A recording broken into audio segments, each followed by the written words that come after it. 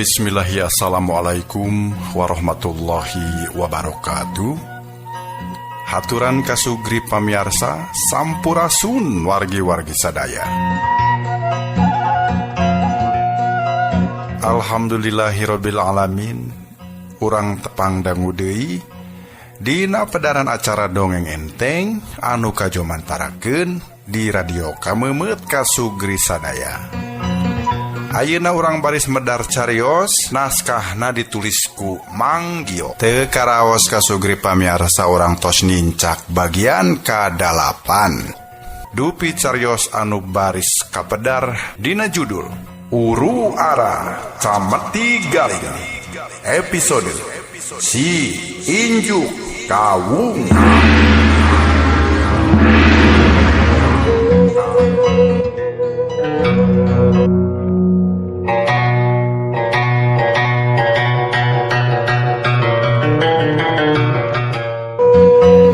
Cenah lalampahan ieu carios teh kasugri pamiarsa.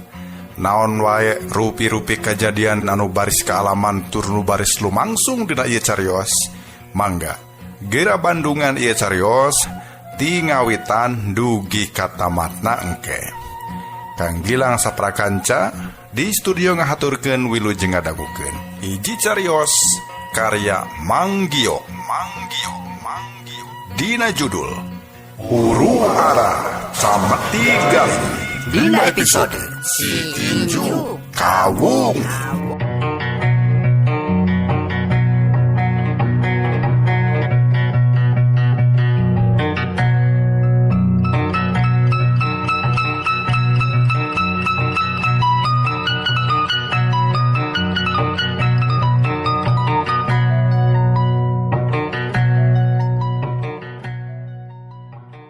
Heuleut sawatara waktu ti harita srog akhirna rombongan Akipatih tepi ka hareupeun juragan Adipati anu geus marake taregos.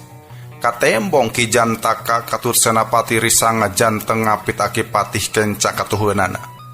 Sedang para prajurit sejena siap sayaga aya di satukangeunana.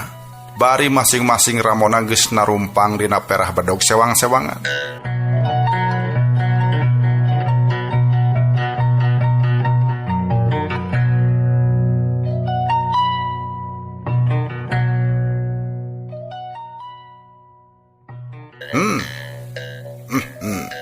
Saha anjeun sakabe? Kadenge Akipatih tumanya bari nyidikeun ka jalma anu ditergos hideung.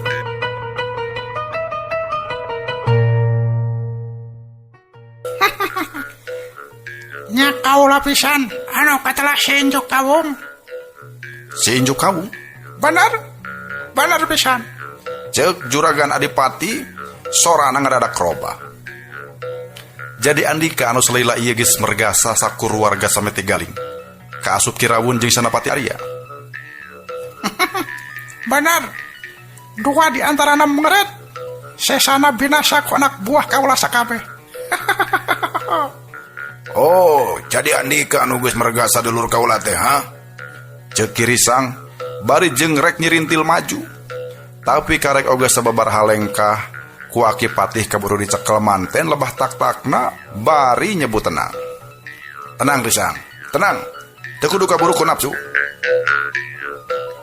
Mangga Gusti Patih, mangga. Ceuk Kirisang bari mundur deui. Lamun adika bener si Injuk Kabung. Naon atuh kahayang anjeun teh nu sabenerna? Pasrahkeun eta pusaka nu dirampas ti murid kaula sababaraha welas taun kalarung. Anu aya di Marapi teh. Peta pusaka. Benar. Sabab samemah Ki Jayeng binasa. Manehna sempat ngaharewos yen peta pusaka dirampas ke urang bumi kulon nyatana Andika jeung Kirawun. Saumpama Andika bener si Injuk Kabung. Ieu peta pusaka kalawan sukacita ku kaula dipasrahkeun. Ngan aya syaratna. Naon anu jadi syaratna? Buka tergos anjeun sakabeh. Ambeh kula teu panasaran enggoning masrahkeun ieu peta pusaka.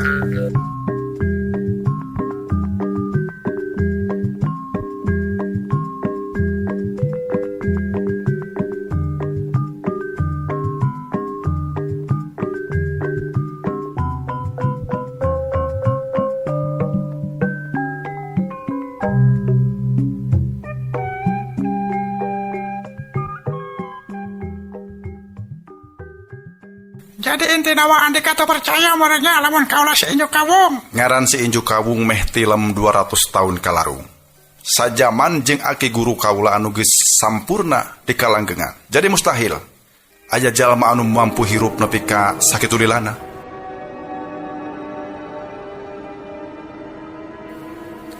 Kurang ajar. Lamun kitu carana batur-batur dengekeun.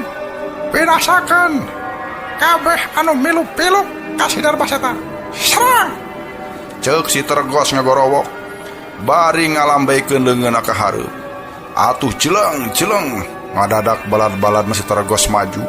Langsung nyerang komplotan Aki Patih anu memang sarua geus sayagana.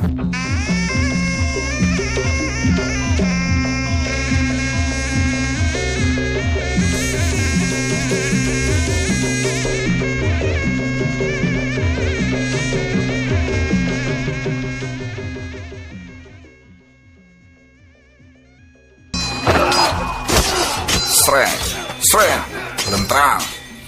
Badog paadu jeung badog tumbak paadu jeung kolewang ngadatangkeun sora anu ting belentrang awor jeung ting gorowokna prajurit dina dua belah pihak. Anu sanyatana mah masih keneh dulur sanagara sama tigalik. Iya, seak. Kadenge tukangan Aki Patih aya ngagorowok disusul ku samberan angin anu ngandung tanaga jero anu kacidarosana. Ku sabab jarakna ukur sesentian atuh eta dua serangan teh teu mis deui ngahanca tonggong jeung walikatna Aki Patih. Hiu. Wadah.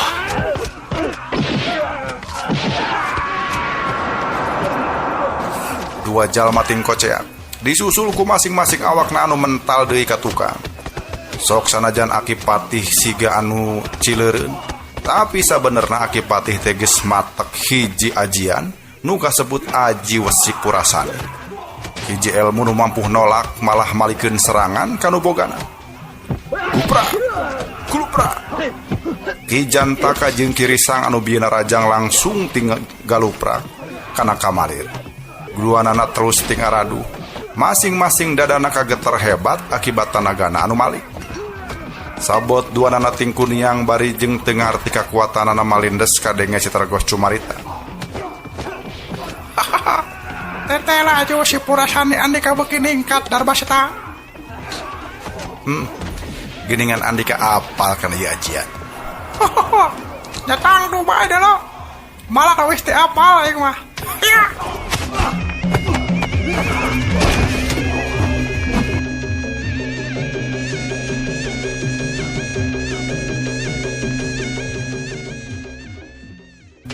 Ceuk si tergos ditungtungan ku ngagorowok. Awakna langsung ngolepat dampalingeuna langsung dijeblakeun ngarah dadak ki darbaseta. Wush! Sagulung angina kontan ngahiu. Dang daunan nepi ka haliberan kasamber ku kakuatan si tergos. Tapi deui-deui Aki Patih nembongkeun kahebatanana. Sadepa deui jarakna jeblagan si tergos keuna. Aki Patih ngagibegkeun awakna saeutik. Akibatna munggu hebat. awak si Targos langsung mental kabalangkeun ku daya tolak anu teu kaciri ku mata biasa.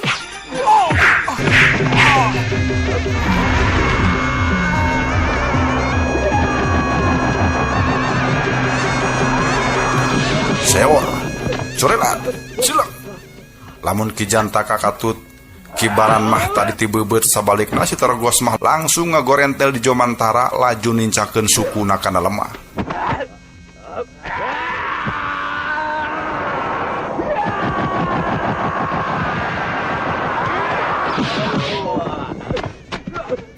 Hatena bener-bener kaget. Sabab ieu awakna asa nabrak barang anu ngenyot siga-siga dua kutub Wesi Purasani anu diadukeun silih tolak.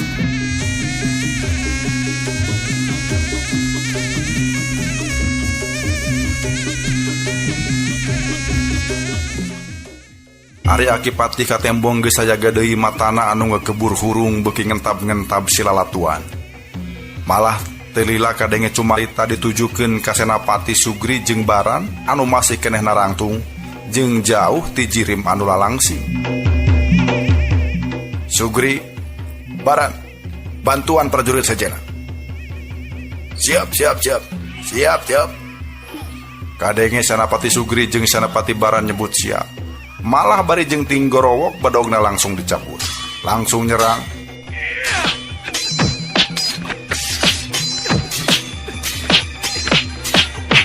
Pelasan jalma anu ditergos. Siut, kurilap, jeras. Opat jalma langsung tingkoceak basa samberan bedog Ki Baran jeung Ki Sugri. Teu kanyahoan keuna kana masing-masing awakna. Kontan bae opatanana ting araduh bari jeung bra-bri rubu. Getih kontan juuh dina lebah masing-masing tatuna. Ngan basa duanana rek nyabetkeun deui masing-masing bedogna ka tembong Ki Jantaka jeung Ki Risang ting jorelat ngahadang. Laju nakiskeun bedogna. Dipake nada serangan-serangan eta dua senapati.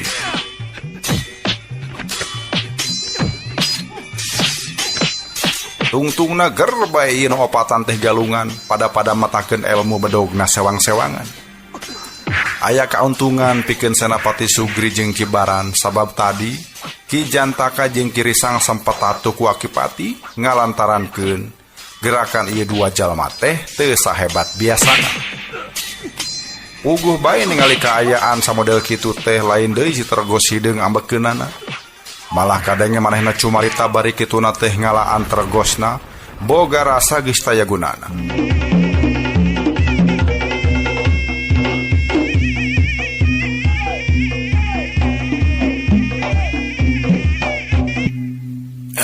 Sangka geuning si Gejul teh mata-mata. Paingan loba rencana anu gagal da sing horeng aya pengkhianat. Kieu carana percuma kaulah ditergos. Mayang, anting. Beresan sakur jalma nu biluk ka Kidar Baseta. Kaasup si Sugri jeung si Baran. Laksanakeun.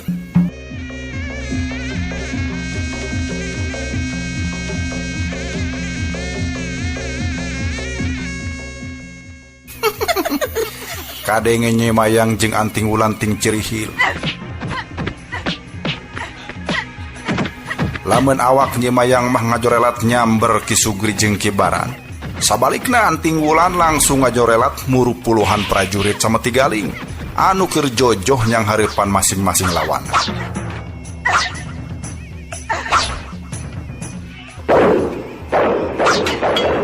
Satiap manehna ngagero kudu bae aya prajurit anu rubuh binasa. Satiap awak ngajorelat kudu bae aya jiwa nu ngalayang dihakan peso tenggor atawa samberan cakar iblis eta wanoja. Atuh ukur sajongjongan ge loba prajurit anu perlaya jadi korban ku kahebatan Anting Wulan anu kakuatanana geus meh nepi ka tahapan wiguna atawa puncak kekuatan manusia. Tring, purica. Di sejen pihak katembong bedog Ki Baran jeung Senapati Sugri ting balentrang silalatuan. Nalika bentrok jeung ramo-ramo Nyi Mayang nu geus robah bodasnya cas lir garuk wajah. Ngalantaran keunduanana malundur kadorong ku hiji tanaga hebat anu kaluar dina gempuran ieu awewe. Sedengkeun sabalikna Ki Jantaka jeung Ki Risang reng habranjug asa katumbu umur ku datangna Nyi Mayang anu mantuan maranehna. Duh, nuhun Nyai geus nulungan. Teu kudu loba ngomong. Laksanakeun bae tugas anjeun duaan saperti anu geus direncanakeun. Mangga Nyai, mangga. Harita keneh Ki Jantaka jeung Ki Risang mundur terus rencepan ngadeuketan ke Widura anu kaayaan masih keneh dipasung. Sedengkeun teu lila kadenge Nyai Mayang ngahaok bari molotot ka Ki Baran jeung Ki Sugri. Teh sangka sia teh mata-mata geuningan Baran, Sugri? Lamun kaula teu kieu. Boa geus lila warga sampai tinggalin carem akibat tindak tanduk Andika sapara kanca telenges. Kurang ajar sia. Iya.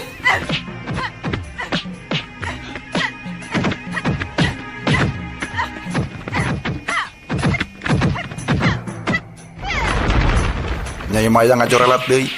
Ramo-ramona geus rumakah langsung nyamber. Rek ngarah beungeut Senapati Sugri jeung Baran pasusul-susul.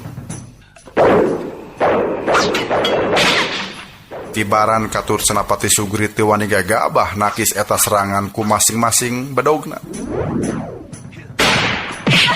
Sabab sadar salian teh eta ramo-ramo leungeun waduk tur teuas teh. Tapi oge ngandung hawa tiis anu matak ngabekukeun sakur saraf dina leungeunna. Ukituna sanggeus ting jorelat taluncatan duanana langsung nyamberkeun bedogna ngarah beuteung jeung dada Nyai Mayang nu ebreh bebeulahanana. Nyai Mayang ukur ngelawitkeun kadua dampa leungeunna rek ngarampas bedog lawan anu ting solonong teu sopan. Ngan bae teu hasil sabab Senapati Sugri jeung Ki Baran anu sanyatana mah murid Aki Patih cukup surti tur kesit. Duanana gentak narik deui masing-masing bedogna. Bari terus tuluncatan kenca jeung katuhu.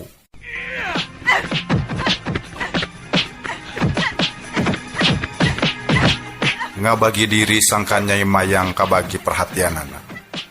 Da jeung enyana ka Sugri pamiarsa. Harita keneh Nyai Mayang kontan ngarengkog. Perhatianana memang kabagi, tapi kituna teh ukur sakedeung.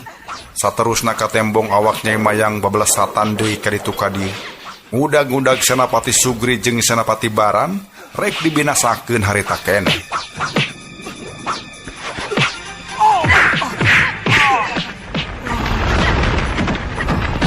Tapi duanana oge teu cileureun. Kalawan kesitur tanginas ngayakeun perlawanan hebat. Bari sakali-kalieun nakiskeun bedog dina ancaman ramo-ramo leungeun anu sarepeut.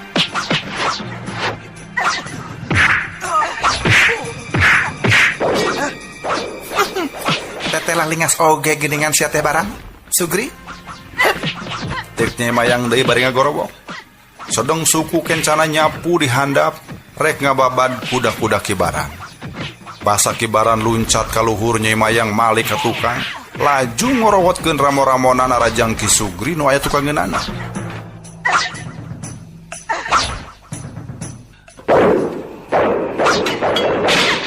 Prak. Kadenge sada anu ngabeletrak. Basa bedog Ki Sugri beunang karames ku ramo Nyai Mayang. Bret.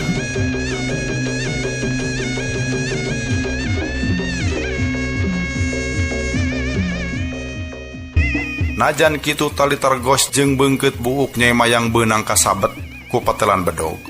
Kontan bae tergos Nyai Mayang lesot pon kitu deui buukna kontan ngaririwig panjang pikasieun.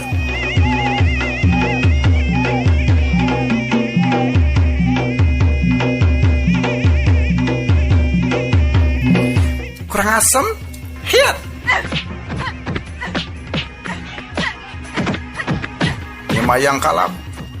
Awakna ngabelesur siga mata bor ngudag Senapati Sugri nu masih jajarek jegan leungit kasaimbangan badan. Hiu, wer, bros.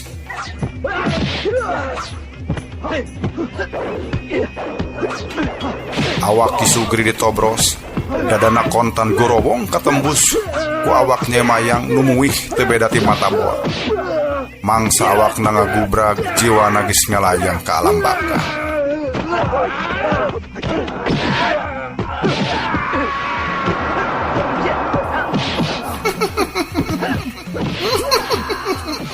Kadenge Nyai Mayang ngagikik seuri mata kukurayeun. Awakna boborot ku getih, ukur buukna bae anu riaban panjang katiup angin.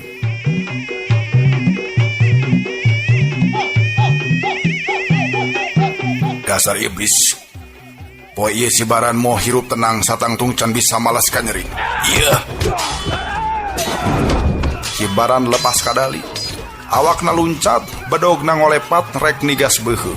Siut, prilap, prak, brah, purisa. Bedog beulah ditakis. 3 kali Nyai Mayang nyabetkeun cakarna ka hareup, awak kibaran langsung bengkah jadi 3 bagian. Laju amburasut ka 3 arah dibarengan ku muncratna getih ka mana-mana.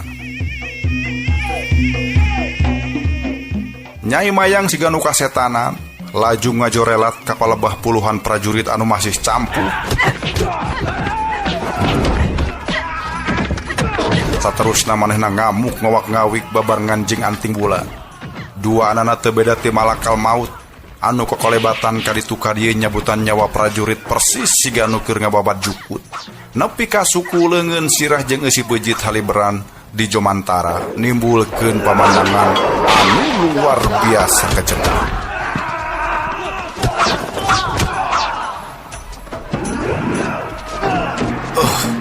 Kurang ajar. Aki Patih ngagerendang demi ningali kabengisan anting wulan jeung nu jadi indungna anu sanyata mah geuningan 2 awewe anu nelah 2 maling kitab ti Kalimaya. Tapi manehna teu bisa kukumaha sabab tetela pangarti Juragan Adipati Sura oge lain handap-handap. Tadi sanggeusna Nyai Mayang jeung anting wulan ting jorelat ngalaksanakeun parentahna. Juragan Adipati Sura sorangan oge teu cicing. Laju ngabelesat luncat bari metakeun ilmu simpenanana. Anu mata kaget pikeun Aki Patih tetela eta ilmu simpenan Juragan Adipati teh ilmu anu sarua dipuhit ku manehna. Nyaeta hiji ilmu anu ngandung hawa tolak jeung sedot anu luar biasa. Hiji ilmu anu ngan saukur leuwih milik ku manehna jeung adi sapagurona nu katelah Kirawun.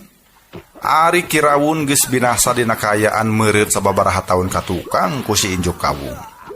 Kolepat, des, duah. 2 kekuatan bentrok sababaraha kali. Nimbulkeun sora anu ting beletuk lir sora batu gunung anu diadukeun. Tetela daya tolak Aki Patih ngadadak leungit pangaruh Juragan Adipati anu metakeun daya sabalikna.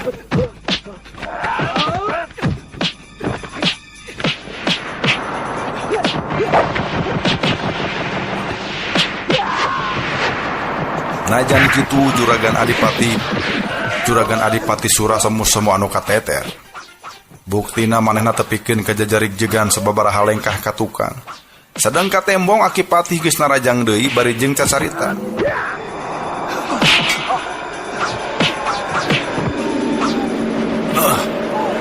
Mimiti iraha andik ka ngagem aji wasipurasani Sura. Nah hati si Rawun. Teu kudu loba bacot. Memang ukur Andika anu ngabogaan ieu ilmu? Hah? Iya. Ngulik aji Wesi Purasani teh cukup 1 tahun 2 tahun deuleu. Tapi perlukeun waktu puluhan tahun. Jadi, iya. Mustahil Andika ngulik anyar-anyar. Kajaba. Ceuk Aki Patih teu kebat. Nyelang gulak-gilak kakeun cajing ka katuhu nyingkahan sambaran suku jeung leungeun Juragan Adipati Sura anu datang pasusul-susul. Kajaba naon Darbaseta? Iya. Plos. Ayeuna mah giliran Adipati Sura anu luluncatan. Nyingkahan timpugan-timpugan Aki Patih anu mampu ngabubuhkeun batu sagede saung ku sakali neunggel. Ngaso heula ngaso kasugri pamirsa. Mangga nu bade ngaropi ngopi heula, nu bade kacarai heula. Dongengna urang ngaso heula sakedapannya. Ngaso heula ngaso.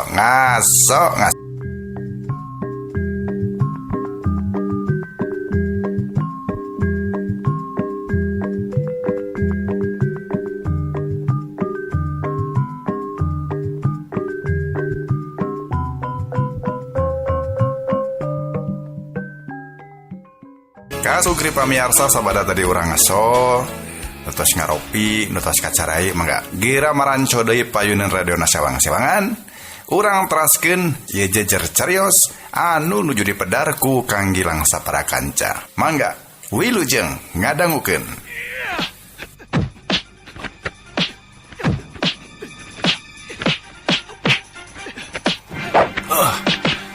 Mimiti iraha andi kang ngagem aji wasi purasani sura. Nah hati sirawun. Teh kudu loba bacot. Memang ukur Andika anu ngabogaan ieu ilmu. Hah? Iya. Ngulik aji wasi purasani teh cukup setahun 2 tahun deuleu. Tapi berlukeun waktu puluhan tahun. Jadi, iya. Mustahil Andika ngulik anyar-anyar. Kajaba. Ceuk Aki Patih teu kebab nyelang gula gila kakek cacing kakatuhu nyingkahan sambaran suku jeung leungeun juragan Adipati Sura anu datang pasusul-susul. Kajaba naon Darbaseta? Iya, plos. Ayeuna mah giliran Adipati Sura anu luluncatan. Nyingkahan timpugan-timpugan Aki Patih anu mampu ngabubuhkeun batu sagede saung ku sakali neunggeu. Atuh tong boroning sifatna awak manusia anu hipu. Kajaba Andika sirabun sorangan. Yeah.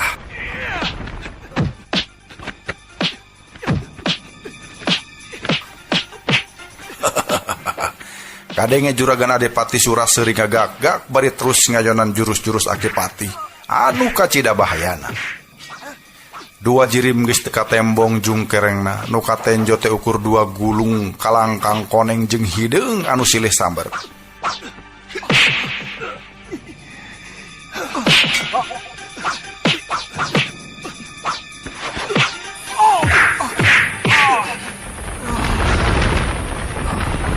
Nu koneng kalangkangna Aki Patih anu hideung kalangkangna juragan Adipati Sura.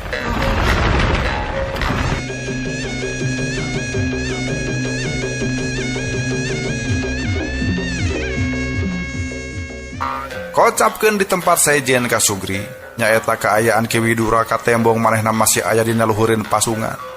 Awakna geus bener-bener leuleus balas nahankan nyeri jeung kacangkeul nu pohara.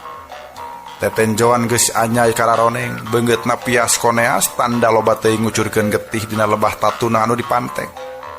Najan kitu ari pangacian mah masih gembleng, manehna masih bisa mikir, malah jauh-jauhan hatena ngarasa sedih.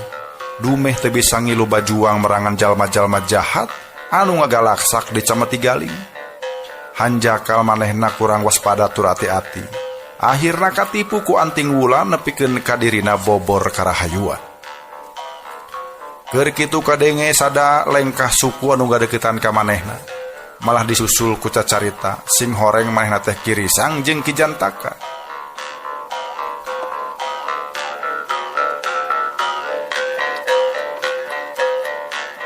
Aduh, untung euy. Nyai Mayang kaburu datang. Cacak lamun henteu boga geus kumaha. Euy bener pisan.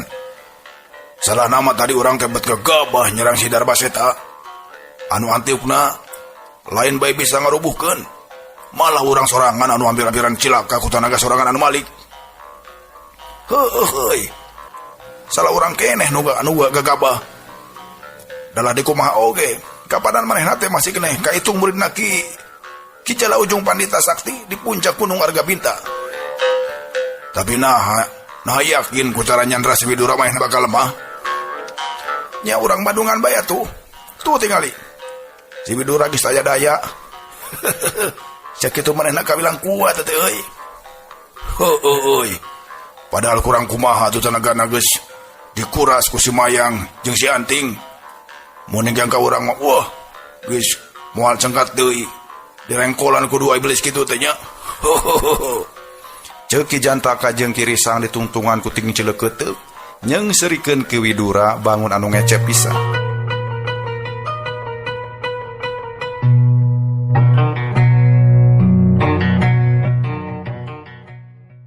Sabenerna mah mun teu ngingetkeun kana akibatna hayang oge euy direngkolan sakaligus ku eta indung jeung anak. Ki Jantaka seuri. Sugan teh kula wungkul boga pikiran kitu teh euy. Rek saha lalakina atuh anu teu kabita ka dua awewe anu sakitu aneh noina. Kami sorangan nya geus cetuk dawu. Teu boleh moho euy. Mun bareng adu hareup panjang maranehna teh. Malah kungsi abah manyak sian dua anak marande di palebah pancuran. Wah, nu benar bah. Nah, tuh kita bagi-bagi. Abah jangjing ge mah pasti dibejaan euy. Asik atuh. Kiri sang seuri bari surak seuri. Tapi asa nu aneh bah. Perkara naon teh sang? Eta tah. Tunggul nu eta. Oh, tunggul kawung. Nya bah, cik inget. Nah, samemehna di dinya aya tunggul kawung. Da cek rasaan mah eueuh tadi mah. Ceuk kibaran ngutarakeun ka hemeng jeung ka herana.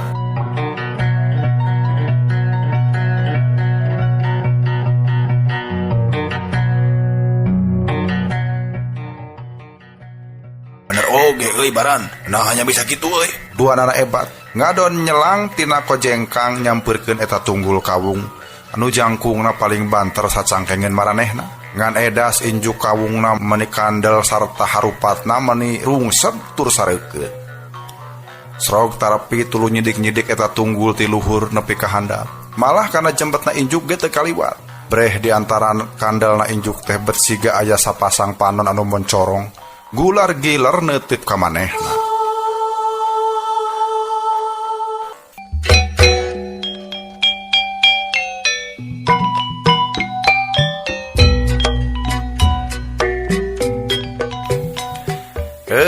Waktosna saeb ka Sugri. Mangga urang cekapkeun dugi ka dieu heula ieu pedaran dongeng anu judulna Uru Ara Cameti Galing episode si Inju Kawung. Urang teraskeun deui hanca dongengna enjing dina waktos sareng galur anu sami. Kang Gilang saparakan pamit. Wilujeng kantun permios.